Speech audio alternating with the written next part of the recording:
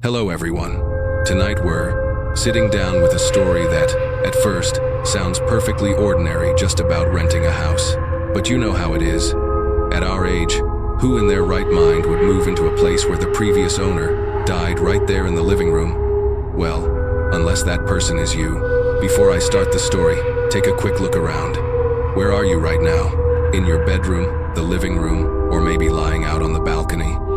What time is it where you are? Are you listening while scrolling on your phone? Or did you turn off the lights, put on your headphones, and sit there alone? I'm not asking just to make conversation, because sometimes the room you're sitting in might feel a little too much like the house I'm about to tell you about.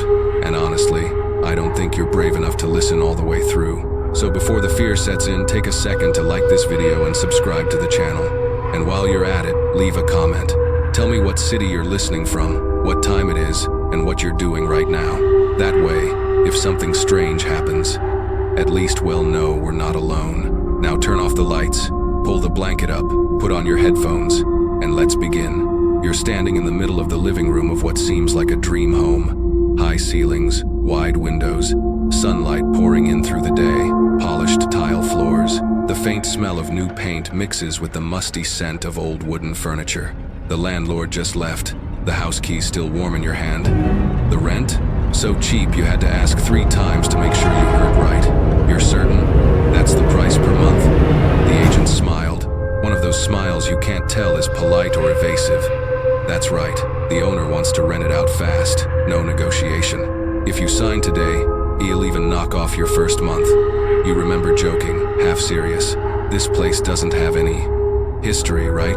Don't tell me someone died here. The agent paused just for half a second, but long enough for you to notice, then said, well, the previous owner did pass away. Accident, they said, but it happened inside, right here in the living room. Police found nothing suspicious, so if you're not superstitious, you could have walked away. Honestly, anyone else probably would have, but your savings were thin. Your new job was only a 15-minute walk away, and you told yourself, what can the dead do to me? Sounded reasonable enough. You reassured yourself. People these days are scared of ghosts, but the living are worse. That was the first joke you told yourself. Funny thing is, the longer you stayed, the less funny it became. That afternoon you began moving in, bags of clothes, a few boxes of books, a second-hand fridge, a fold-up bed, and one small suitcase holding your most important things, documents, laptop, some family photos. The living room was your first stop. It felt pleasant, spacious, with a glass door looking out on a quiet alley. The sunset light stretched across the floor like a golden carpet inviting you inside. Only one detail made you pause. Right in the middle of those pale tiles was a darker patch, subtle but impossible to miss, as if something had soaked there long ago and been scrubbed away, but the stain never truly left. You crouched, touched it. The surface was dry, slightly rough, nothing unusual. Yet under the slant of the light, the outline of that patch stood out like a shadow pressed into the floor. You tried not to think of what the agent said. Your mind twisted it into something harmless, probably spilled tea or paint. No big deal. He'll get a stronger, cleaner tomorrow. You laughed to yourself. This time, you even joked. If it was blood, it's probably expired by now. The air seemed to cool right after you said it. Maybe it was the breeze. Maybe it was your imagination starting to run ahead of you. You decided to turn on some music, the radio, anything to fill the silence. That first night, you cooked something simple. Instant noodles, eggs, a bit of sausage. New stove, new pan. It felt like a fresh start. You ate right there in the living room, sitting on a folding chair, your plate balanced on a cardboard box as a makeshift table. Your eyes drifted again to the stain. The warm yellow light made it more obvious, almost 3-dimensional. You couldn't help but think. It looked less like a spill, and more like the outline of a body, arms and legs faintly reaching outward. You shook your head, chuckled nervously. It's fine, he'll put a sofa over it tomorrow. Out of sight, out of mind. Then it hit you, you don't have a sofa. The living room was empty except for you. The folding chair, a few boxes, and that silent, dark patch in the center of the floor. The old wall clock, probably left behind by the previous owner, ticked steadily. Tick, tock, tick, tock. Each tick made the silence heavier. No cars, no voices, just the house. And you. Late at night, you laid your mattress in the bedroom. Before sleeping, you stood at the doorway to the living room. The lights were off. Only a dim glow from the street lamp outside filtered through the curtains. In that hazy light, the stain had vanished. You squinted, couldn't find it. The tiles looked perfectly clean. See? Just daylight paranoia, you told yourself. There's nothing there. You closed the door and lay down. Barely 2 minutes later, as you settled under the blanket, you noticed something you'd missed before: a smell. Faint, fleeting, but distinct. Not paint, not damp wood. It was metallic, like wet pennies, or rainwater running over rusted iron. You inhaled again. The scent seemed to come from the living room, seeping through the crack beneath the door just strong enough to remind you that something once happened there. You pulled the blanket higher, muttered under your breath. Old pipes, that's all. Bit of air freshener tomorrow, it'll be fine. You turned off the lamp. The room sank into darkness. The clock outside kept ticking, except it didn't sound like tick-tock anymore. It sounded like drip, down, drip, down. You closed your eyes. Your heartbeat slowed. Everything seemed to settle, until, sometime past midnight, you woke up. No reason, just a jolt, eyes wide, heart pounding. The room was pitch black. You reached for your phone. The screen glowed, 12:37 a.m. Then you remembered, before bed, you'd closed your door. But now, the ticking of the clock sounded closer, much closer, as if the door was no longer shut. You tilted your head, listening. Tick, tock, tick, tock. Then came another sound, faint, blurred within the dark. Something being dragged, very slowly, across the tile floor. That dry, scraping noise. Kirk, Kirk. You held your breath. It was so clear that you could see it in your head. A heavy wooden chair, the old-fashioned kind, being pulled inch by inch across the floor. You tried to reassure yourself with something scientific. Probably the upstairs neighbor, moving furniture. People shift things late at night all the time. Nothing weird. Then you remembered there is no upstairs, just the roof. No one lives above you. The dragging stopped. Silence again. You hesitated for a few seconds, then did the one thing horror movie survivors never do. You stayed in bed. You pulled the blanket up, turned to face the wall, and muttered to yourself, "If I don't look and don't listen, nothing's there. I'll deal with it tomorrow. If I get up and check now." Officially a background character. That was your third joke of the day, and maybe the last one that still made you feel normal. The dragging never came back. Only that faint metallic scent returned, sharper this time, like someone had rinsed something bloody in the sink, but hadn't washed it all away. That smell followed you into your dreams, faint and slippery, fading in and out until the night passed, half sleeping, half awake. Morning, when the first sunlight crept in, you opened the bedroom door and stepped into the living room, a mix of curiosity and dread pressing in your chest. Your eyes went straight to the floor. The dark patch was still there, darker, now deeper, as if it had soaked up color overnight, and at the edge of that stain, a faint drag mark curved across the tile, thin but distinct, like something heavy had been moved just slightly while you slept. The living room looked spotless, otherwise bright, clean, magazine perfect. Except you weren't entirely sure anymore that you were the only one who'd used it since last night. That second morning, your head felt heavy, like you'd been dreaming for hours but couldn't remember a single detail. Only the echo of a sound, cruh, cruh, lingered at the edge of memory, though you could have sworn there were no wooden chairs in the house. Sunlight slipped through the curtains, landing squarely in the middle of the room. The stain gleamed faintly red-brown when you looked at it from an angle. You knelt down, grabbed a rag, and scrubbed hard. Nothing. You switched to detergent, then the industrial cleaner you'd just bought. Still nothing. And the harder you scrubbed, the stronger that metallic scent became. You froze, breathed in deep, and laughed softly, half from fear, half exhaustion. Guess the floor's just old. Holds on to its history. You brewed coffee, opened the window wide, but as the warm smell filled the air, it clashed with that lingering metallic odor. One warm and alive, the other cold and ancient, and somehow, it made your skin crawl.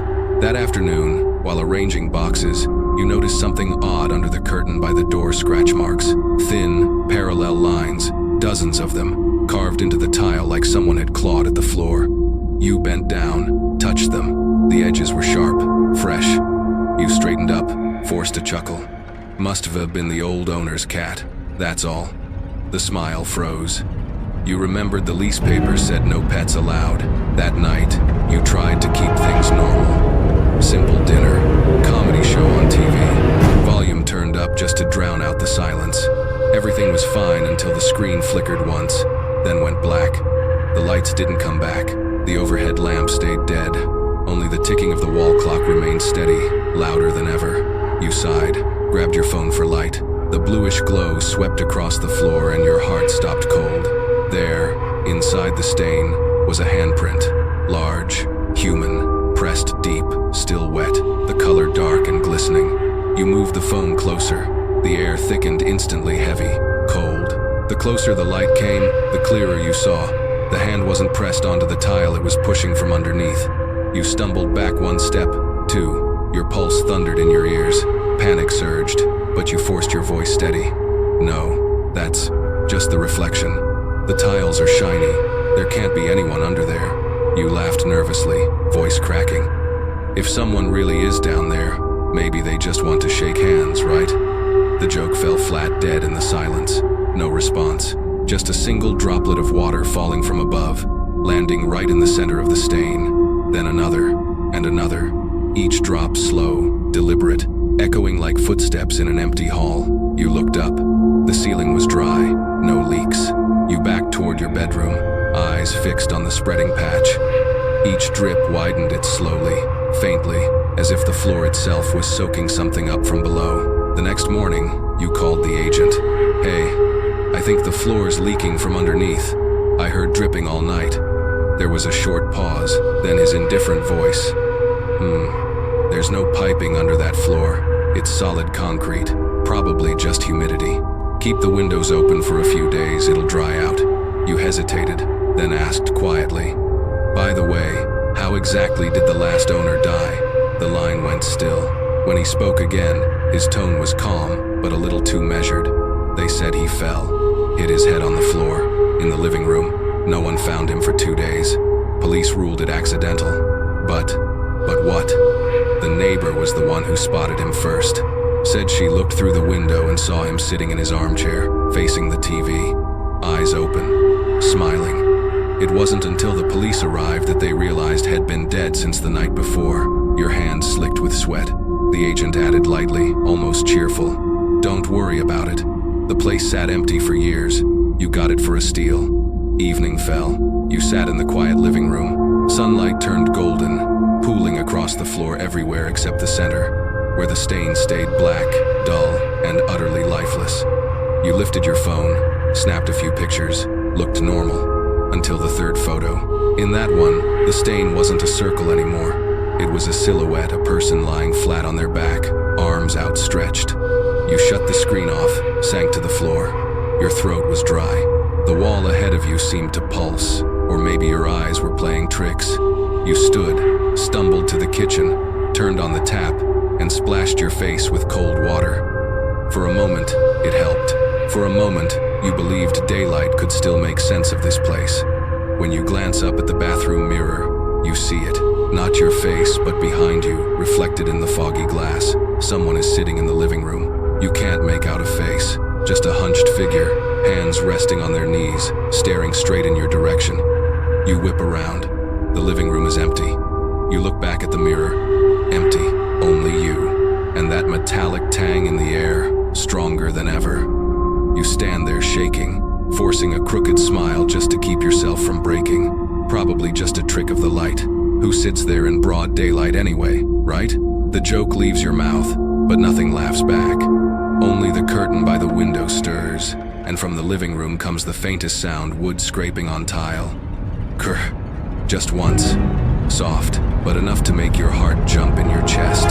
You inhale, steady yourself, and walk toward it. Half of you wants to check. Half of you just doesn't want to stand still anymore. With every step, the floor seems to echo your weight back at you. When you reach the center of the living room, everything is perfectly still. You look around. No one. Nothing moves. Only the stain still wet-looking, and in the very center of it, an old armchair. You have no idea when it appeared. It's just there now, planted firmly with its back turned toward you. That chair, it wasn't here last night. You freeze. That armchair, it cannot be here. You moved in just 2 days ago. You scrubbed every corner, every wall. The living room was empty except for your boxes. There was no chair. But now there is, right in the middle of the room, centered perfectly over the dark stain. It's upholstered in dark, worn leather. The armrests are cracked, the back a little peeled, but the shape holds like someone just stood up a few minutes ago and walked away.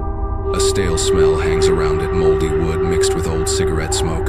You swallow hard, reaching for any explanation. Maybe someone from the building management dropped it off. Maybe it was stored somewhere and they moved it back. But then you look down. Each leg of the chair sits exactly on the borders of the stain, not off by an inch, lining up in perfect symmetry. Any reasonable explanation evaporates. Just a coincidence, you mumble, your voice thin. You put your hands on the chair and push. It doesn't budge. It's heavy in a way that feels wrong, like it's glued to the floor. You push harder, using all your strength. The chair finally scrapes forward a fraction of an inch, letting out a long, dry creak followed by a cold, metallic echo that seems to come from inside the floor. At that exact moment, the ceiling light flickers. A rush of cold air sweeps through the room. You hear it a whisper, very soft, like it's coming from inside the wood itself. Sit down. You freeze. What? No answer. Just silence. You step back, then another step. Eyes never leaving the chair. And as you move, it feels like the chair is turning. Not visibly spinning, but its back seems to angle itself just a little more toward you, as if it's trying to hide whoever might be sitting there. You suck in a deep breath, forcing yourself to stay calm. You're exhausted, sleep-deprived. You stride to the window and yank it open, letting sunlight flood in. But the light doesn't touch the chair. The sun stops at the edge of it, like it's hitting an invisible wall. That afternoon, you decide to talk to the neighbor. The older woman who lives on the left, the one who mentioned the last owner, died in there. She opens the door, squints at you from head to toe. You're in number 12, right? Yes, Mom. Just moved in 2 days ago. You swallow. Mom, can I ask you something? Did there used to be a brown leather armchair in the living room? She stiffens. The hand holding the door freezes mid-motion. Her eyes change. It showed up again. The words make your spine go cold. She steps out a little, lowers her voice. The last tenant said the same thing. They threw that chair out 3 times, dragged it to the curb, left it at the dumpster. Every time, the next morning, it was back in the living room, in the exact same spot. They moved out in the middle of the night, and the previous owner, he died there. She looks down, speaking so quietly you have to lean in. They say he died in that chair. The police had to carry both him and the chair out together. And now you're telling me it's back in the house? You force a shaky laugh. Maybe someone brought in another one. Maybe it just looks similar. Could be nothing. She shakes her head slowly. No, that chair doesn't exist anywhere else. I watched them burn it. She starts to close the door, then pauses and speaks through the narrowing gap. If you hear someone sit down in the night, don't turn around. Even if you hear your name, don't turn. Click. The door shuts. That night, you decide not to sleep in the bedroom. You leave a small lamp on and spread your mattress right by the living room door, thinking, if something happens, at least I'll see it coming. You glue your eyes to your phone, comedy videos, podcasts, anything to keep your mind busy. But as the night deepens, you notice the light in the room isn't fading because the bulb is dying. It's fading because the shadows in the corner are getting thicker. The chair, it sits there half in the lamplight, half swallowed by darkness. Under that dull yellow glow, the leather looks shinier, almost damp. You speak up, voice barely above a whisper. I'm not sitting in you.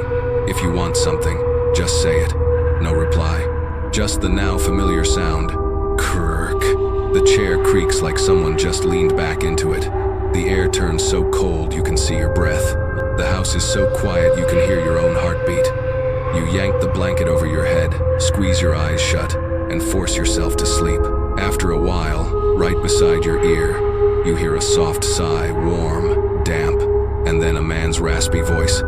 Sit down. It's yours. You bolt upright. The room is empty. The chair is still there. But now, The armrests have visible indentations, two hand-sized hollows, as if someone had just pushed themselves up out of the seat. The next morning, you're wiped out. You skip breakfast, skip the shower, just stand there staring at the chair like you've forgotten how to be a person. The stain on the floor has doubled in size, darker than ever. When the light hits it, you can see the tracks, faint arcs, where the chair's legs have carved into the tile, forming a warped ring around it, like someone has been slowly spinning that chair in circles while sitting there. Something in your mind shifts, not breaking, but bending. A strange curiosity creeps in, twisted and insistent. If I sit down, maybe it'll finally understand. You reach out and lay your hand on the armrest. The leather is ice cold, almost wet. The instant you touch it, your head fills with flashes, flickering lights, the TV blaring, a low chuckle just behind your ear, and that metallic stench swelling until it's all you can taste. You jerk your hand back. Your heart is pounding, breath coming short and shallow. You retreat a few steps, then force yourself to look at the chair again. Now, there is someone sitting in it, a figure faint as mist. No face, no features, just a slumped body, head tilted, hands resting neatly on its knees exactly as the neighbor described. You stand there. You don't scream. You don't run. Some part of you already knows. If you turn your back now, it'll still be there tomorrow. It'll still be there next week. And sooner or later, it'll wait for the moment you're tired enough, or lonely enough, or curious enough, and you'll sit. The chair creaks softly. Krr. Then silence. You realize it's not the sound that scares you anymore. It's the silence that follows. Sleep becomes impossible. All night, that voice, rough, right against your ear, plays on repeat in your head. Sit down, it's yours. The more you try to rationalize it, the less any of it makes sense. That morning, sunlight spills through the curtains, flooding the room. From the outside, nothing looks wrong. Just an old, quiet house with a tired tenant. But you know light doesn't chase away what woke up in the dark. You stand at the edge of the living room, staring at the armchair. It's no longer in the center of the stain. It has turned. Just a few inches, but now it faces directly toward your bedroom door. As if someone spent the night sitting there, turning the chair, watching you sleep. You shiver, heart slamming against your ribs. I'm sure last night it was facing the other way, you mutter. You grab your keys and step outside, walking down the alley just to breathe. The lane is narrow, lined with old houses, peeling walls, tangled wires. A few neighbors sit on low stools, drinking coffee on the sidewalk, giving you a look like they know something you don't. A man in his 60s, fanning a small charcoal grill, calls out, "You're the one renting number 12, right?" You nod. "Yeah, just moved in 2 days ago." The old man lowered his voice. His name was Dat, a good man, but his death was strange. He fell right there in the middle of the room, skull cracked open, face turned toward the door. Police said it was an accident, but people around here, they said that night, they heard the sound of a chair dragging over and over, and someone laughing low, hoarse. You tried to sound calm. Did anyone ever find out why he fell? No one knows, but a few days before he died, he told me that every night he heard someone calling his name, telling him, "Sit down, it's your chair." He got so scared he was planning to move out, but never made it. The man gave you a sharp look. Don't be stupid enough to sit in that chair. If it's still there, get rid of it. You forced a laugh. "Yeah, I'm planning to throw it out today." He shook his head slowly. "It won't go anywhere. It stays." That afternoon, you came home determined to drag it outside. The front door was open. The air felt heavy, damp, like someone had left the tap running. You stepped inside. The floor was slick. Wet footprints stretched from the center of the living room all the way to the door. The chair was no longer where it had been. It had been moved closer to the TV, exactly like the neighbor described, facing the screen, at the perfect distance for someone to sit and watch. The TV was off, but as you approached, its black surface reflected faintly, showing you, and a shadow seated in the chair. You spun around. The chair was empty. You inhaled sharply. Your heart raced. "Enough," you muttered. "Out. It's going out now." You lunged forward, grabbed the armrest, cold as ice. You pulled, but it didn't move. It felt like someone was sitting in it, heavy, unmoving. "Get out!" you yelled, pulling harder. The chair shifted slightly, and then from somewhere deep beneath the floorboards came a low, rumbling voice. "You can't leave." You froze. The air turned to frost. Your breath came out in white mist. Every sound outside seemed to vanish. No wind, no cars, just your heartbeat hammering in your ears. You let go and stepped back, scanning the room. No one, no movement, but that smell, iron and rot, filled every breath you took. You bolted out the door and pounded on your neighbor's. She opened it, not surprised, just shook her head slowly. "You saw it, didn't you?" "Saw what?" you gasped. "The person in the chair." Your throat went dry. "I only saw a shape, not the face." She stared at you a long moment, then said quietly, "Do you know why they never repainted that floor? Because underneath the tiles, the blood is still there. They poured new concrete, laid fresh tiles, but every year that spot darkens again. It seeps up like the house remembers." You swallowed hard. "You mean?" She nodded. "No one dies and wants to leave, especially when they died alone." You tried to laugh, your voice shaking. "I don't believe in that stuff." The old woman smiled sadly. "Believe it or not, you'll find out tonight." You returned home. The front door was ajar. You were sure you'd locked it. Inside, the air was colder than outside. The lights flickered, then went out. In the dark, the sound began slow, scraping. Kirk, Kirk. The chair was turning. Each creak made you feel that invisible gaze shifting closer. You fumbled for your phone, turned on the flashlight. The beam swept across the room. The armchair was there, but this time, the seat had a sunken shape, like someone had just stood up. And right in front of it, two wet footprints, facing you. You stumbled backward, heart in your throat, phone shaking in your hand. Then the TV flickered on. No signal, just static. But in the static haze, you saw a silhouette, someone sitting in the chair, hunched forward, head tilted, hands on their knees. You took a step closer, trembling but unable to stop yourself. On the screen, the figure's face slowly came into focus. It looked exactly like you. Its lips moved. You leaned in, straining to hear. Through the crackle, a low, guttural voice said, "Sit down. It's your turn." You froze. The words echoed inside your skull, over and over. "Your turn. Your turn." The TV screen flickered wildly. In the static, the figure began to move slowly, tilting its head, eyes locking onto yours. Not through the screen, through the glass itself, like it was looking out at you. You raised a hand to block your face. Frantically tapping your phone, the flashlight blinked out. The room went black. Only the TV glowed, that ghostly gray light spilling across the floor. You backed away, trembling, still gripping your phone. For a split second, you saw your reflection on the TV standing right where you stood, the empty chair behind you. But your reflection didn't move. It just smiled. You screamed and slammed the TV off. Darkness. Your heart pounded so loud you could hear the blood in your ears. You switched on the ceiling light and froze. The light filled the room, but not the chair. The chair sat untouched in perfect shadow. Every ray swallowed at the edge like light refused to enter. You drew a shaking breath, voice barely a whisper. "I don't know who you are, but I didn't do anything. I just rented this place." No answer. Only the faint sound of wood pressing against tile. The armrests trembled as if invisible hands had just gripped them, and then breathing. Right behind you. Close. Too close. You turned, nothing there. But the air against your neck was freezing, damp. You could feel the breath matching yours, inhale for inhale, exhale for exhale, like someone was standing right behind you. You screamed, "Stop!" Everything went silent. A second later, the chair turned, slowly, deliberately, until it faced you. You didn't even have time to react.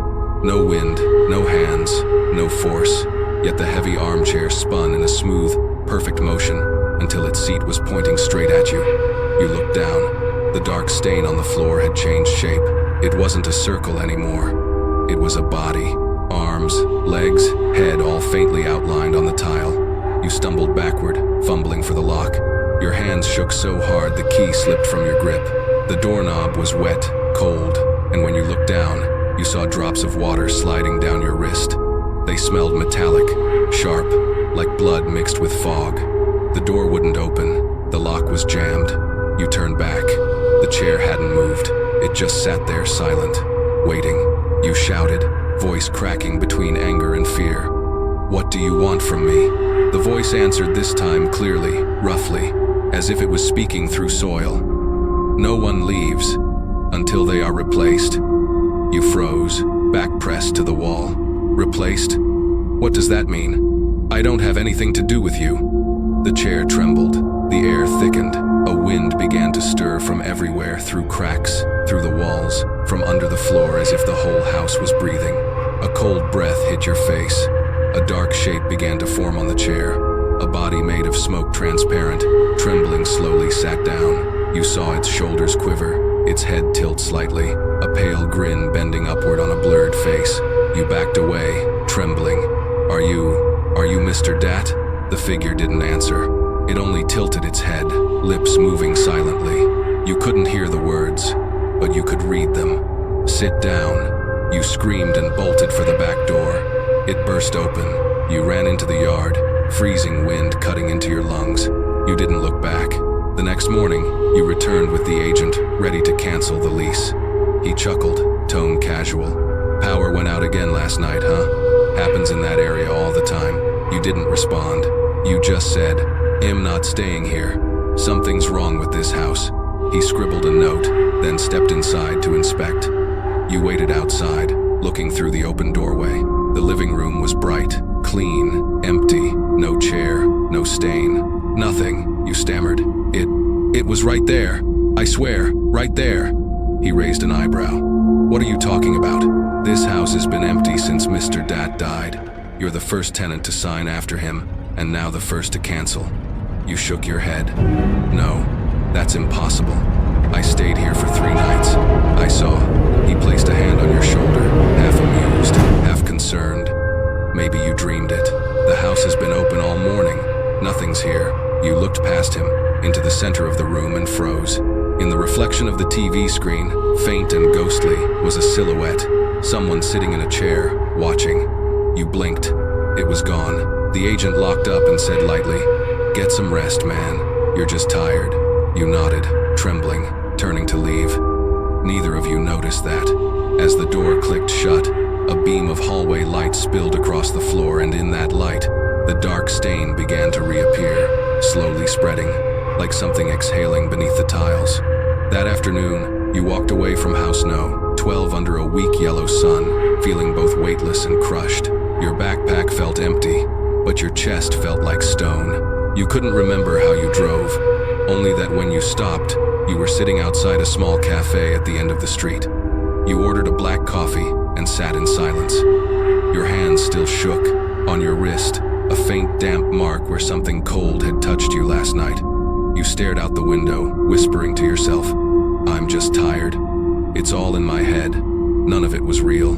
The words sounded hollow, like someone else was saying them for you, because in your mind, the image of that armchair stayed sharp, the slumped figure, the tilted head, and that raspy voice. No one leaves until they're replaced. That evening, you rented a small room downtown. Tiny, moldy walls, narrow window, but at least there was no chair. You showered, ate instant noodles, then sat on the bed, trying to force yourself to sleep.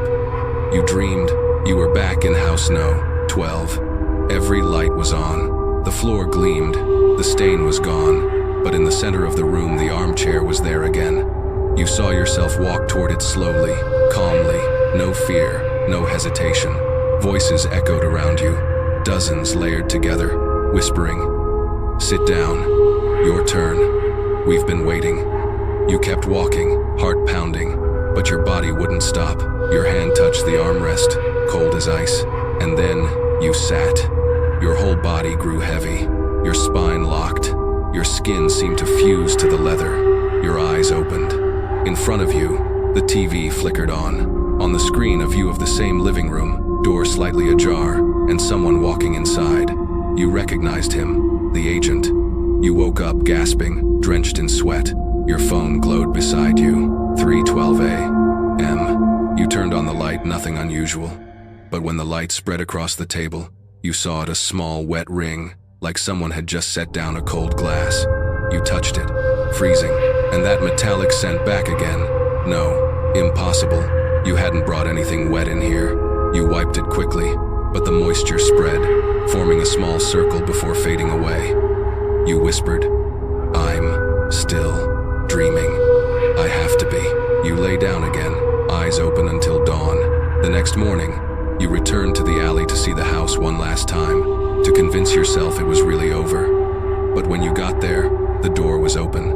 A moving truck was parked out front. Two men were carrying in furniture. A woman's voice called from inside. "Put the armchair in the middle of the room, right there." You stopped dead. Your throat tightened. Inside, in the morning light, you saw it clearly, the same dark leather armchair. The one you'd pulled, fought, heard creak through 3 sleepless nights. You rushed forward. "Wait, don't bring that in." That chair, the woman turned. A young lady, maybe in her 30s, holding a new set of keys. She smiled politely. "Oh, this? It was already in the storage room out back. Is something wrong with it?" You opened your mouth, but no sound came out. She tilted her head, curious. "You used to live here, right?" You nodded faintly. 3 nights. "Oh, you're the last tenant then." She laughed softly. "I really like this house. It feels peaceful, warm, like someone's always sitting here keeping watch." You forced a smile and stepped backward toward the door. Behind her, the armchair creaked a soft, familiar sound. "Kirk," she kept talking, cheerful. "Did you leave that TV behind? I might turn it on tonight, watch a movie before bed." You stared at her, heart tightening, and in your mind, you saw it again, the dream. The flickering TV, the agent, the new tenant. Your turn was over. Hers had just begun. You whisper, barely making a sound. "Don't sit in it." She raises an eyebrow. "Sorry, what?" You turn away, unable to look any longer. By the time you reach the gate, you hear a soft laugh from inside the house, followed by that familiar dragging sound. Kirk. That night, you check into another hotel, nearly 10 miles away. You set your phone on the nightstand, turn off all the lights, and try to sleep. Sometime in the middle of the night, you wake up, no idea why. Your phone screen is on. A notification glows. A new video has been uploaded. You frown. You don't remember filming anything. You tap it open. The footage is shaky, but there's no mistaking the room. It's the living room of House No. 12. The brown leather armchair, the TV screen glowing faintly. Someone is sitting in the chair, head tilted, hands on their knees, smiling. It's you. Your own hoarse voice comes through. The chair's empty now. Who's next? The screen cuts to black. You hurl the phone to the floor. Your heart stops for a beat, then slams into overdrive. You press your back against the wall, eyes wide. Then, a soft creak comes from the hotel room sitting area. You turn your head. In the pale moonlight spilling through the window, there it is. A dark leather armchair stands in the corner. You freeze. You don't dare breathe too hard. You don't dare blink. The hotel room is tiny, 1 bed, 1 small window, 1 door, and that same armchair, thick and heavy, planted in the corner. Impossible. You didn't bring it. You left that house miles away. And even if you'd tried, there's no way you could have carried it. It weighed as much as a grown man. But it's here now, whole, waiting, and with it that smell, metallic, cold, old blood. You inch backward until your shoulders hit the wall. Your heart pounds so hard your chest aches. The room light flicks on by itself. The brightness pours down on the chair, and this time you see it clearly. The armrests have new depressions, deeper, darker, as if someone had just gripped them with all their strength, and carved into the leather, thin scratches twist and curl, forming letters. You squint to read them. It's your turn. You scream and lunge for the door. Your hands shake as you pull the latch and twist the knob. It doesn't move. The lock is solid, stuck, as if welded shut. You pound on the door, shouting, "Is anyone out there? Help! There's someone in my room." No answer. Only the faint hiss of wind slipping through the window frame like someone quietly laughing. From the corner, the chair groans. Kirk. Slow, dry, like someone easing themselves into the seat. The air changes, heavier, thicker, colder. You feel every hair on your arm stand up. You force yourself to stay calm, grab your phone, and start recording. The camera points straight at the chair. No one there. No shape, no shadow. You let out a shaky laugh. "See? There's nothing. I'm just stressed. You lower the phone, thumb hovering over the stop button. Then you glance at the screen. The frame has frozen, and in the recording, someone is sitting in the chair. A person, head bowed, hands on their knees. You spin around. The chair is empty. But the phone keeps recording. On screen, the figure doesn't disappear. It lifts its head. You drop the phone. Your heart feels like it bursts. The screen hits the floor face up, its glow splashing across the ceiling. The person in the chair doesn't vanish. On the contrary, a second shadow starts to form on the wall beside you. Your shadow and another one, sitting. You start talking to yourself like a madman. It's not real. It's not real. It's not real. Just a hallucination. But another voice cuts in slow, heavy, like wood being crushed. No one leaves until they sit. You clap your hands over your ears and scream, "Shut up." Everything goes silent. The lights die. The room plunges into darkness. For a few long seconds, the only sound is your heartbeat. Then, right beside your ear, a voice, warm, damp, breathing. "Sit down, just for a moment. Then you'll understand." You curl in on yourself, shaking, scrambling backward onto the bed. The floor by the bed is ice cold. A hand reaches out from under the mattress and clamps around your ankle. You shriek, yank your leg away, and slam on the bedside lamp. Nothing there. No hand. Just a long, wet streak on the floor, leading from under the bed to the chair.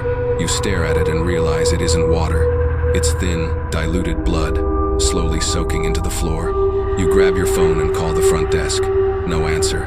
You call again, and again. Finally, a soft female voice picks up. "I'm sorry. Is this room 207? "Yes, it's me. There's someone in my room. There's a chair." "The chair?" Her tone drops. Silence for a few seconds. Then she whispers, "That room isn't rented out anymore. Where are you calling from?" You go cold. I'm in the room right now. 207. At this hotel. "That's impossible," she says quickly. "That room's sealed. Someone died there, sitting in an armchair by the window." The line clicks. The call drops. Your phone slips from your hand. You don't know what to believe anymore. The room is quiet, but the chair creaks again. This time, steady, rhythmic, like breathing. You step forward, one step at a time. You don't know why, but the fear twists into curiosity. Something inside you pulls toward the chair. Your feet press into the cold floor. The overhead light flickers. You stop in front of it. The metallic stench is overwhelming, thick enough to taste. Your hand trembles as you reach out and touch the armrest. Cold, but not just cold, it pulses, as if something inside it has a heartbeat. Then a voice deeper and clearer than ever speaks directly into your mind. Now you get it. You never actually left. The light snaps off. When you open your eyes, it's daytime. You're sitting on the bed. The lamp is still on. The door is wide open. The room is empty. The armchair is gone. You gasp for air. Touch your face. Your skin is freezing, damp. On your palms, there's a reddish-brown dust, and that metallic smell still clings to it. The next morning, if you can call it that, you wake up with no idea where you really are. The sun is up. The curtains are half drawn. The air in the room smells damp, moldy, the same smell you thought you'd left behind at house no. 12. You jerk upright. Your phone is still on the floor, screen lit. The video from last night is still open. Your fingers tremble as you hit pause. The frame freezes on your face, eyes wide open, staring straight into the camera, mouth slightly curled, half smile, half empty. You don't remember anything, not when you filmed that clip, not who held the camera.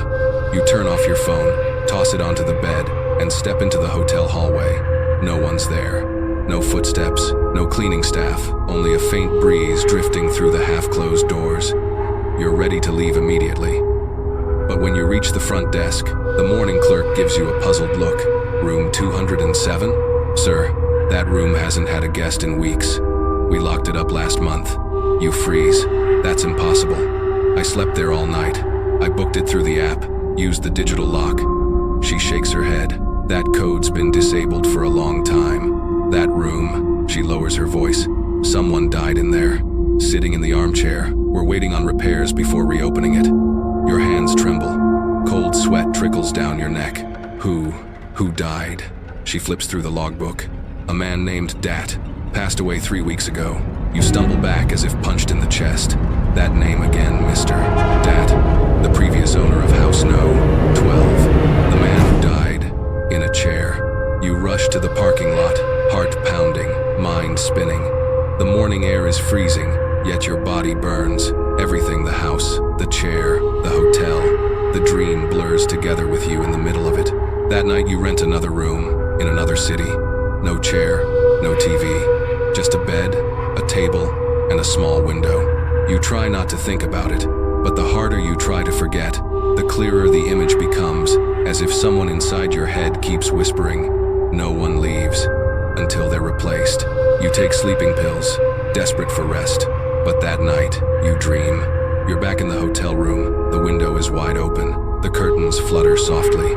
The armchair stands in the middle of the room, moonlight sliding over its slick leather surface, damp as if freshly wiped. No one sits in it, but on the wall beside it a handprint, smeared from ceiling to floor, dark red, and across the floor, a line scrawled in blood. "Thank you." You kneel down. The moment your fingers touch the floor, a sharp metallic stench fills your lungs. From the letters, a hand bursts out and grabs your wrist, yanking hard. You scream and jolt awake, your body drenched in cold sweat. The bed is dry, the lights are on, but around your wrist are 4 deep purple finger marks. You call the police to report House No. 12. A middle-aged officer answers. "That house? Yeah, we know. But it's gone, now demolished this morning." Demolished? Yep, burned down last night. Neighbors heard someone screaming, then flames from inside. No survivors. We only found a half-burned chair in the center of the room. You sink down, vision blurring. The officer continues, voice steady. "Weird thing is, the chair was almost untouched. We took it in for examination, but, funny story, it disappeared from evidence storage this morning." You hang up, hands trembling. Everything spins. You grab your phone, ready to erase every photo and video, to forget everything. But when you open your gallery, there's a new video time-stamped 3:17 a.m. Auto title. You sat down. You tap it open, shaking. The camera shakes, bathed in faint bluish light. The lens points at the floor, then slowly lifts. In front of it, a dark, scorched leather armchair, smoke still curling off its surface. And in that chair, you, smiling, eyes closed, head tilted gently, like someone in a deep sleep.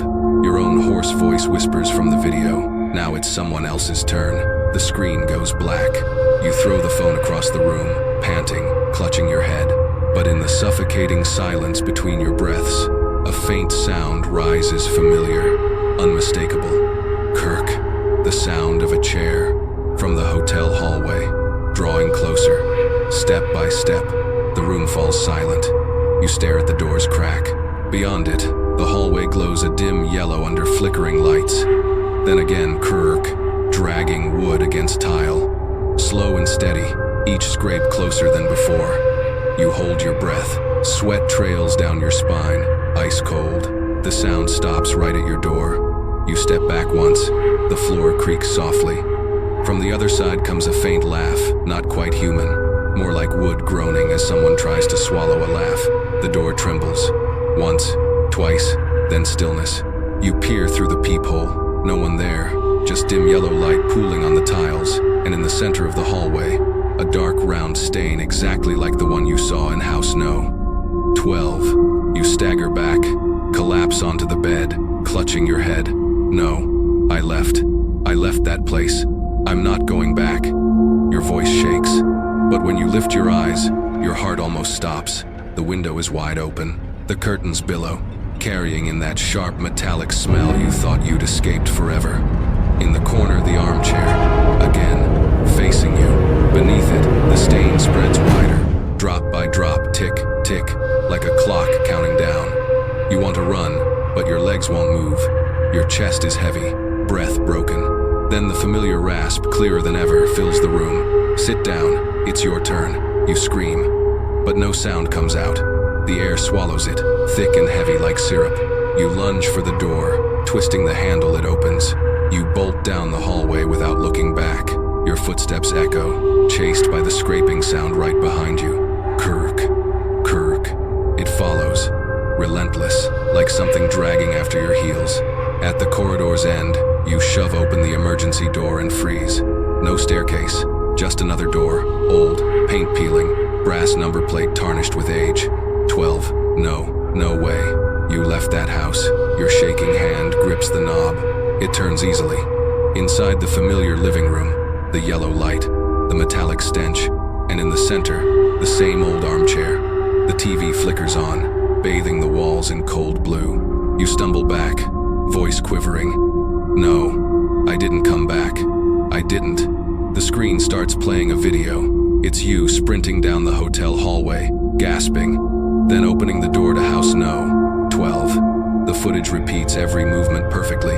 On screen, one of them was her, and the other sitting in the armchair, smiling, eyes locked on hers. Room 207 was sealed off later that same afternoon. The hotel manager, a stern, middle-aged man, didn't believe the housekeeper's story, but he didn't dare check the room either. He only said, "You must have imagined it. A trick of the light, that's all."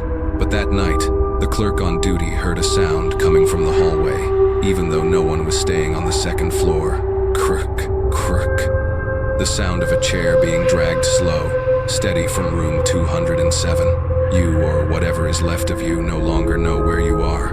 Sometimes it feels like the hotel, sometimes the house at no. 12. Sometimes you're sitting in the chair watching the TV, and on the screen, you're there too, sitting in the same chair, watching another screen, an endless loop. Time loses meaning. Day, night, light, darkness all blur together into one long dream that never ends. From within the shadows, the voices return. Sit down, don't be afraid. Now you understand.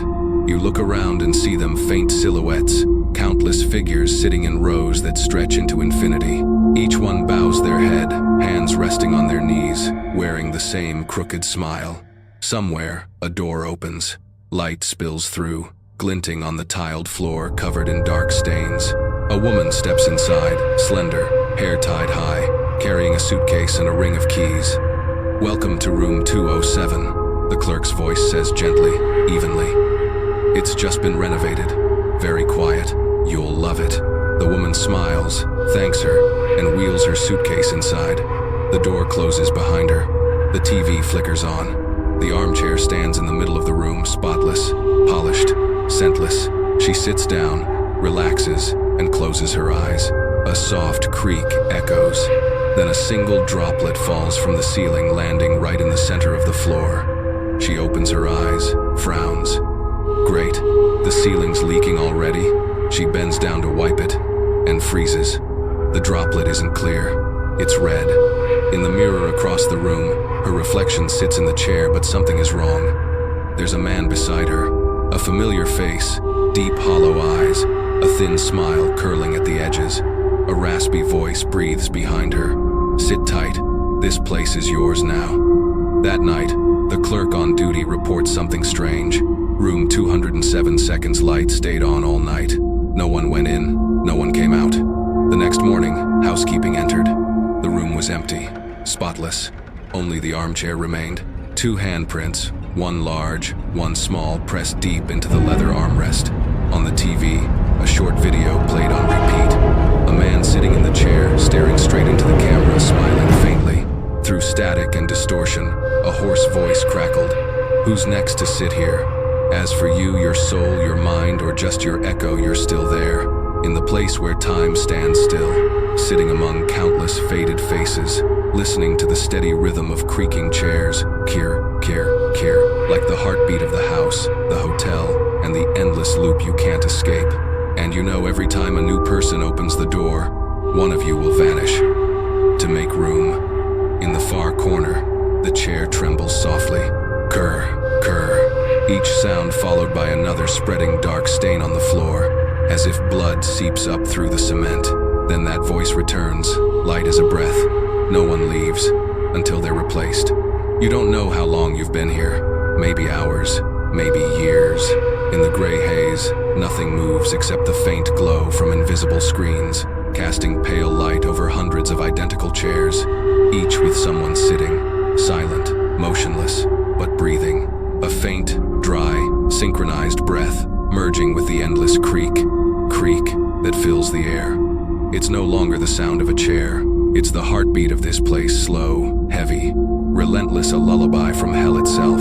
You try to move, to stand, but your body is no longer your own. Your hands are fused to the armrests, your skin melded into the cracked leather. The sensation is familiar. You've seen it before in the coroner's report of Mr. Dat. Victim's hands adhered to the object beneath. Then a voice speaks, not from outside, but from deep inside your head. Now you understand, don't you? Everyone has to hold a seat. No, you whisper. I was just renting. The voice laughs, dry, brittle, like wind through hollow bones. And every house needs someone to live in it, someone to keep it, someone to replace. A chill runs down your spine. Memories flood back, the scraping chair, the stains on the floor, the hand from the cement, your face on the TV. You gasp. I don't want to be here. No one does, but everyone gets their turn. In the distance, one chair glows. A single spotlight falls upon it, the only empty seat in the endless hall. A voice whispers, "Calm now," almost kind. The new one is coming. Your body grows heavy. Your head tilts. Your vision blurs. Through the haze, you see a door open. Light pours in. A woman steps through, familiar face, the young lady who rented the house after you. She walks to the glowing chair, lays her hand on the armrest, and sits. All the other chairs tremble softly in unison. The chorus of creaks rises like a greeting, and the moment she sits, you feel yourself grow light. The armrests no longer cling. You take your first breath in what feels like years. You stand. Around you, other shadows remain seated, but some faces fade, dissolving into air. A final whisper brushes your ear. You're free, because someone took your place. You wake in the middle of the night, on an unfamiliar road. No home, no suitcase, no phone. Just your shirt soaked in sweat, and your hands covered in dark gray dust. Ahead of you stands an old metal sign, Golden Palm Hotel under renovation. The doors are sealed with warning tape. Inside, faint light flickers like a TV on without signal. You let out a dry laugh. Finally, I'm free. Then stop. Around your wrist, a dark bruise, shaped exactly like the curve of an armrest. The skin darkens slowly, as if something inside is still seeping out.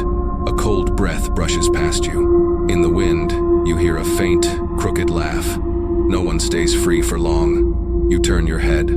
Across the street, in the foggy glass of an old shop window, you see your reflection. You're standing, but your reflection is sitting in a dark armchair, smiling. That night, people living near the hotel say they heard the sound of a chair scraping from inside the sealed building. Slow, steady, and sometimes they swear they heard a hoarse voice, very close to the glass doors, whispering, "There's still a seat. Anyone want to sit?" The wind howls down the empty street, carrying damp air and the smell of rusted metal. You keep walking, mind blank, like someone just shaken awake from a long, heavy dream. No one would believe you if you told them. The police would call you delusional. Doctors would say it's trauma, stress, sleep deprivation. But you know, it was real, too real. You stop at a small late-night diner. The waitress, a young woman with her hair tied back neatly, looks at you with polite concern. "You okay? You look like you've been walking all night." You nod, voice rough. "Black coffee, strong." She nods and pours. While you wait, you glance around. The place is almost empty, just two other tables.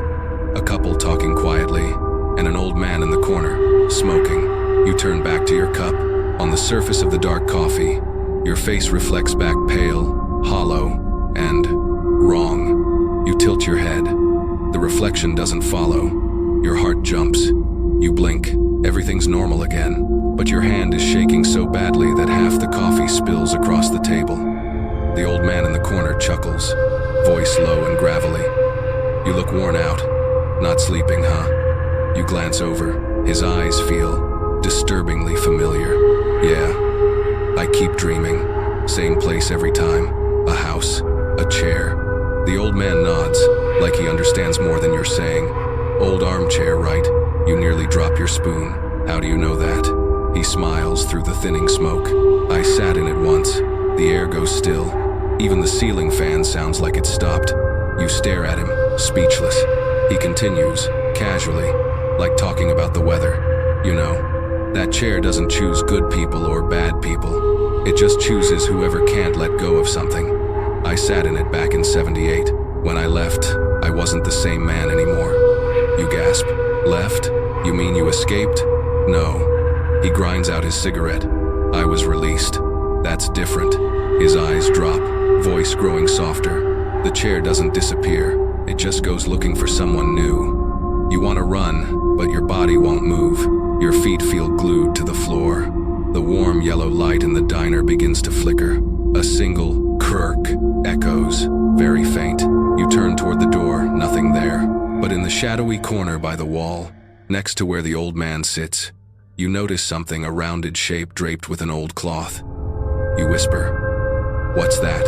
The old man smiles, stands up slowly, and walks toward it. This? He lifts the cloth with one hand, a parting gift. Beneath it, the armrest of a dark leather chair, cracked and dry, the smell of mold rising off it. You stumble backward into your table, hands trembling. No.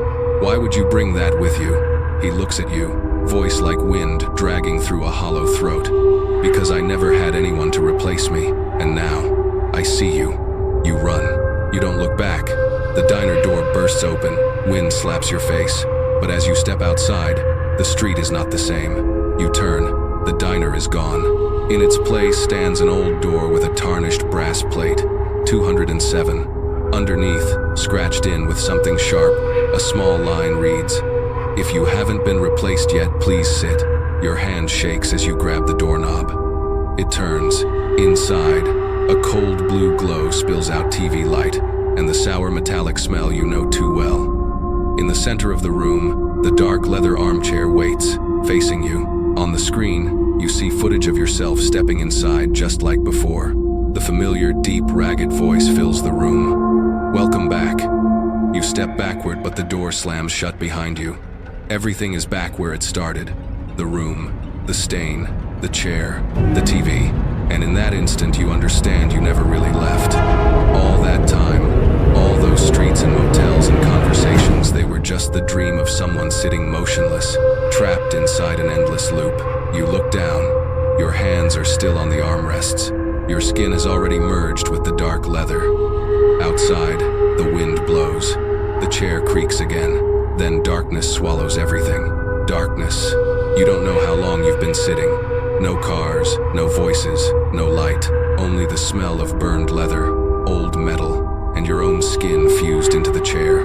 Sometimes you hear dripping, each drop slow and precise, like the ticking of a gigantic clock. Then, suddenly, click. The TV flares to life. Cold, white-blue light hits your face, stinging your eyes. On the screen, you see yourself in the chair, in the exact position you're in now. Except for one thing. The you on the screen is smiling. Smiling for a very, very long time. You are not smiling, but the image does. Then slowly, it lifts a hand and waves. Through static and distortion, that shredded voice crawls out of the speakers. Shift change. Behind you, you hear rustling footsteps circling the room, bare feet dragging across the floor. You can't turn to look, but you feel each step coming closer. The temperature drops, colder and colder, until your breath turns to mist. A hand settles on your shoulder, cold as ice, heavy as lead. A whisper breathes against your ear. You did well. Time to rest. You open your mouth trying to scream, but no sound comes out. Your throat burns dry, chest locked tight. On the TV, you see yourself tilt your head, even though you haven't moved at all. The man in the screen smiles and says, "Your shift is over." Then all the lights blaze on. The room is no longer room 207. There are no walls, no ceiling, just an endless corridor, carpeted in red, lined on both sides with identical doors. Each door has a hand-carved number, 12, 23, 45, 76. Each number throbs faintly like it's alive. You hear creaking from every direction, a whole orchestra of armchairs scraping across floors. The sound reverberates layer upon layer until it becomes a deep, resonant rumble, like the beating heart of some enormous building. At the end of the corridor, a figure stands, back straight, head slightly tilted. You know who it is instantly, Mr. Dat. He smiles. You finally made it. Where is this? Your voice is raw. This is the place between houses, between everyone who ever sat. He walks toward you, each step accompanied by a small CRRK. We keep things quiet. Each of us watches a spot. When someone walks in, the chair chooses. That's all. You tremble. I don't want to watch. I don't want to sit anymore. His eyes darken, deep and hollow as a dry well. Too late. But if you want to leave, you have to find someone else. Someone who sits down willingly.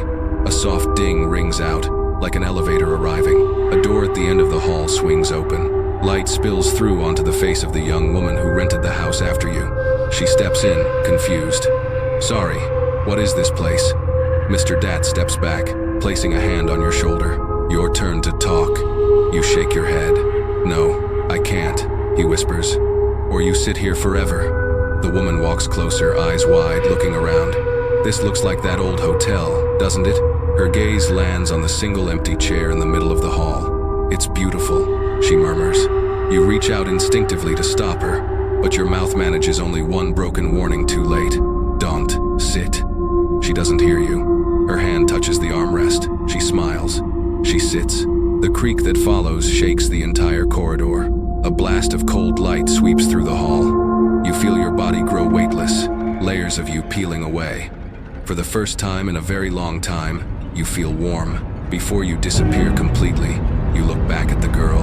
She's sitting still, eyes wide open, mouth curled in a faint smile, TV light flickering across her face. On the screen, a new video starts playing. Horror story.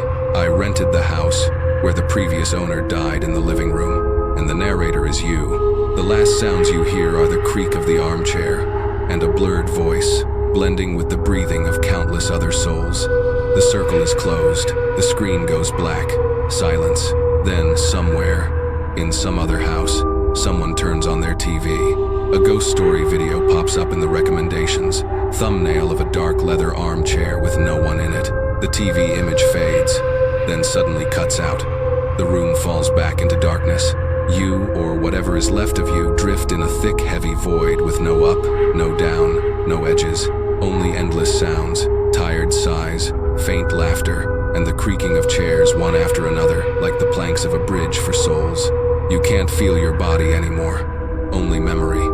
Memories of doors opening, of people sitting down, of faces slowly blurring in pale light.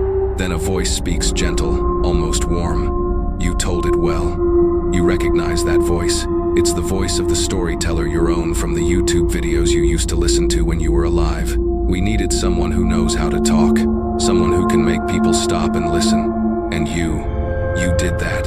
You want to resist, but you can't. Every time you try to speak, hundreds of other voices answer at once inside your head. We all said that once. You can't get out. Only the new ones take your place. Then light blooms again, a tiny point far away, like a camera lens switching on. You hear a little beep, then the soft tick of recording. The scene sharpens. The same old living room, the leather armchair, the TV, the window, thin curtains stirring. A young woman's voice rises clear, bright. Hey everyone, today I'm going to tell you a very strange story. You recognize her, the girl who just sat in the chair. She starts retelling your story, word for word, beat by beat, breath by breath. Horror story. I rented the house where the previous owner died in the living room. Her voice is steady, slow, just a little shaky, just a little too real. She pauses, smiles, the exact smile you once had. I don't think you're brave enough to listen to this all the way through. Your space lights up with hundreds of TV screens. On each screen, someone is telling the same story in a different place, different houses, different towns, different cities. Every voice is a variation, male, female, old, young, but they all begin with the same line. Hey everyone, today we're going to... You see yourself in all of them, different faces, same smile, same look in their eyes, same armchair in the background. And in that moment, you finally understand. The chair isn't just in house. No, 12 or room 207. It's everywhere. Every time someone retells this story, the chair appears somewhere else in a studio, in a living room, in someone's dream, an endless loop, kept alive by people who think they're just listening to a scary story. You want to scream, to warn them, but your voice has already blended into the others. In that river of sound, you hear yourself repeating. So before you get too scared listening to my story, take a moment to like the video and subscribe to the channel for me. You start laughing a raw, ragged laugh that stretches on, merging with the creaking of hundreds of chairs echoing everywhere. That laughter travels out through every device, every pair of headphones, into every room where someone is watching the video alone at night. In a small apartment across the city, a young guy hits play on YouTube. He listens to the story, slurping instant noodles, smirking. Another fake ghost video. But midway through, he hears a faint creak. He assumes it's a sound effect until he realizes the sound isn't coming from the speakers. It's coming from right behind him. He turns. The living room is empty. Just a dark leather armchair he doesn't remember buying. He shrugs and sits down. The chair creaks softly. On the TV, the YouTube video freezes, then switches to a new one. True horror. The listener who never stood up again. The light in the room flickers. The screen goes black. In that place outside of time, among countless screens and chairs, you hear a rustling like wind, then a whisper, very faint, very far away. Hear that? There's a new one. Whose turn is it to tell it? Then the crick, crick comes again, slow, steady, like the opening bars of another story. And it all starts over. The creaking continues, echoing like the heartbeat of some vast sleeping creature. You see nothing but dim halos of light. Each time the chair creaks, the light pulses like a breath, steady, patient, endless. Then an image forms, another room, another person, a tired-looking middle-aged man signing a lease. The agent's voice repeats the line you know too well. Don't worry if you're not superstitious. The previous owner died here, but it was just an accident. You want to shout no, but you can't make a sound. He steps into the house. Afternoon light spills across the floor, right onto the spot you know where the old stain used to be. He frowns, bends down. That's weird. Why is it darker here? You want to yell, don't touch it, but his fingers are already on the tile. The moment he touches it, you hear a soft pop, like a tiny bubble bursting underwater. Then a drop of blood falls from nowhere, landing right on his hand. He jerks his head up, nothing on the ceiling, just a trembling yellow light, and a chair that wasn't there a second ago. In the in-between space, you watch, helpless. Beside you, Mr. Dad appears again, same posture, same deep dark eyes, same tired smile. See? Easy. The circle never breaks. You grind your teeth. Why me? Why us? Because we all chose to sit, he says calmly. You sat down because you were curious. I sat because I was lonely. The girl sat because she wanted a video. And him, he looks over at the new man, eyes shadowing. He sits because he doesn't believe. You shake your head, desperate. What if no one sits? What if no one tells it anymore? He chuckles softly, like wind through an old window frame. No one doesn't tell it. Everyone who ever sat carries the story in their head. The more they try to forget it, the more the story retells itself. The image flickers brighter. On the TV, the new man is filming. Low camera angle, shaky shot, his voice half joking, half cocky. So they say someone died here. I'm gonna film a 24-hour challenge in this haunted house for you guys. A shiver runs through you, not fear, but recognition. Same opening tone, same rhythm, same cheap yellow light. Behind you, the other voices rise, a horrible choir. Hez telling his own story. Soon it'll be someone else. No one leaves. You cover your ears, but it doesn't help. The voices seep through skin, into blood, into memory. The TV shakes violently, then snaps off. In the dark, you hear ragged breathing, nails scraping tile, a chair being dragged hard. The crrr now sounds like pain. The new man is screaming, but his voice is being swallowed, pulled straight into the floor. Then, silence. Just the tick of a clock and a fading light. Next to you, Mr. Dat mutters, done. The chair never stays empty for long. You look around, rows of invisible chairs light up again. Each one has a sitter. Each sitter has the same tired smile. You sigh. When does it end? Hez quiet for a long time, then says barely louder than breath, maybe, when no one tells ghost stories anymore. You look up, smirk bitterly. That's never going to happen. He nods. I know. Another ding rings out, another door opens, white light pouring through. Mr. Dot steps into it, then glances back at you. You watch things for a while. I'm tired. Just before the door closes, you hear him add, half serious, half joking. Don't let the chair get cold, or it'll go hunting. You sit. The chair is already warm, like someone just got up. Your hands rest on the armrests, fitting perfectly into the worn dents. Somewhere far away, in a dark room in some far-off city, someone presses play on YouTube and scrubs to the middle. Weird. When did this thumbnail change? On their screen appears an image. A person sitting in a dark leather armchair, head slightly tilted, smiling. The caption below reads, "Live, horror story, told by someone real. Everything fades slowly, like smoke. The light from hundreds of screens dims, until only one chair remains lit. You sit in it, hands on the arms, bathed in cold white light. Fragments of sound drift through your mind. TV static, clock ticks, drops hitting the floor. Then they merge into a single noise.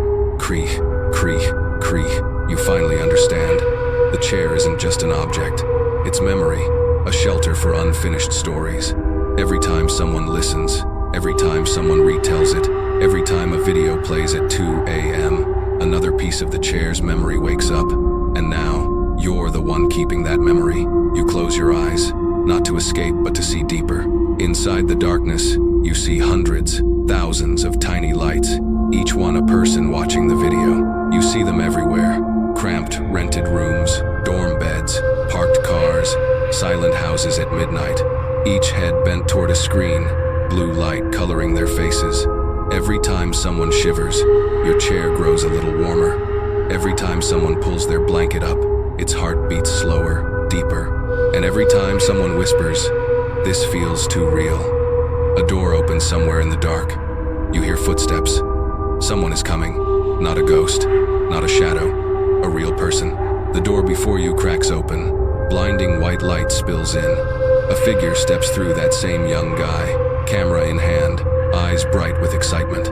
Hey everyone, today I'm going to tell you a creepy story I found online. You watch him. He looks so familiar, the way he smiles, the way the light hits his eyes, the way his voice lifts as he starts. Exactly like you once did.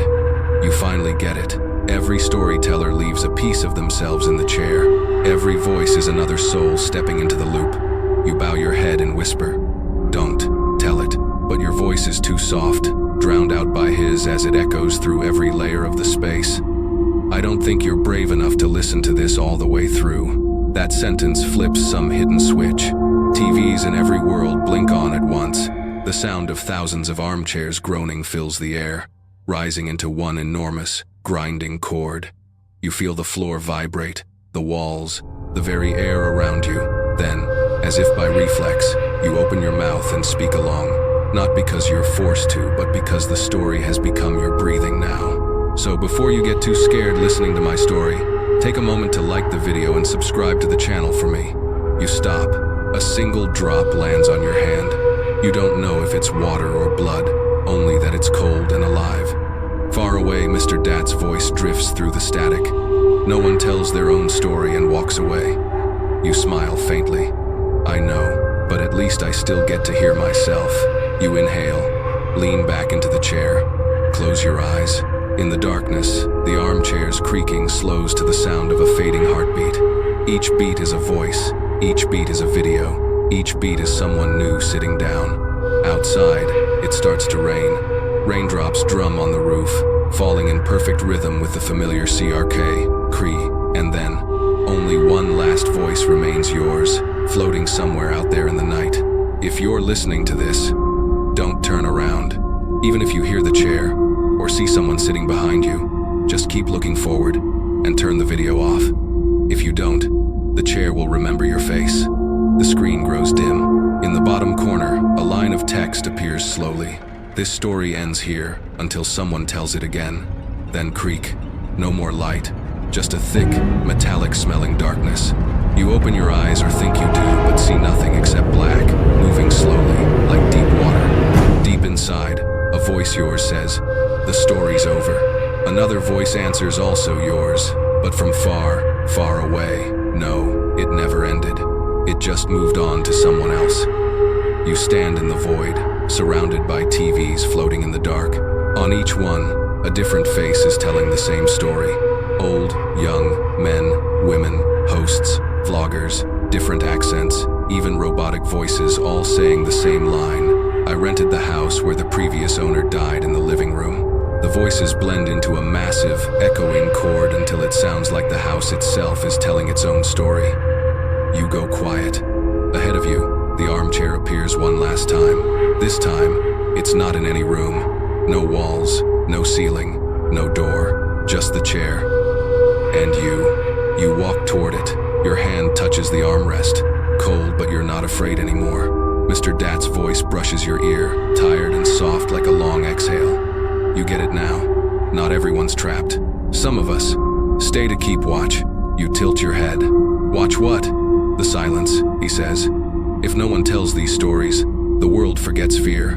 And when fear disappears, the things in the dark start looking for people. You huff a small laugh. "So, I'm not a prisoner, I'm on duty?" "You could call it that," he answers. You look at the chair again. The dents in the leather loosen, softening, like they're breathing. You sit one last time, not because something drags you, but because you choose to. All the noise falls away.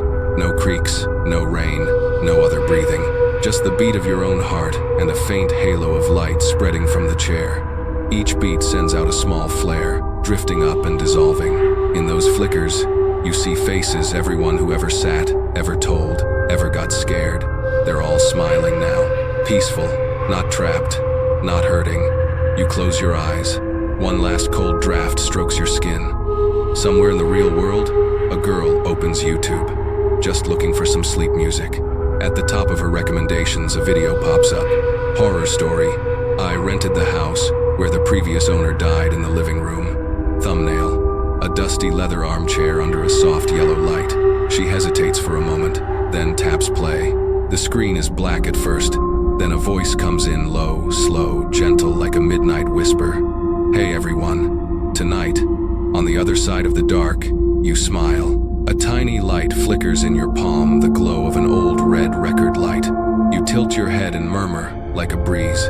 Go on, tell it, just don't turn around." The chair gives one long, deep creak, like the last exhale of someone finally asleep. Then everything melts into quiet.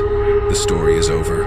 But somewhere, among millions of glowing screens in the night, the dark leather armchair is still waiting.